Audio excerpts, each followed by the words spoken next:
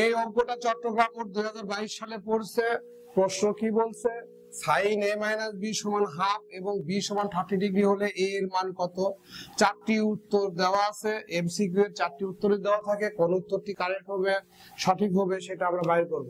এখানে দেওয়া আছে sin a - b সমান হাফ, এটা দেওয়া আছে sin a - b, b এর মান এখানে দেওয়া আছে 30 ডিগ্রি, 30 ডিগ্রি আর হাফের মান কত? sin 30 ডিগ্রি, sin 30 ডিগ্রির মান হাফ, sin sin বাদ দাও, a - 30 ডিগ্রি সমান 30 ডিগ্রি, বা a - 30 ডিগ্রি এই পারে নিয়ে আসলে কি হবে? 30 ডিগ্রি - 30 ডিগ্রি এই পারে নিয়ে আসলে প্লাস 30 ডিগ্রি সমান 60 ডিগ্রি।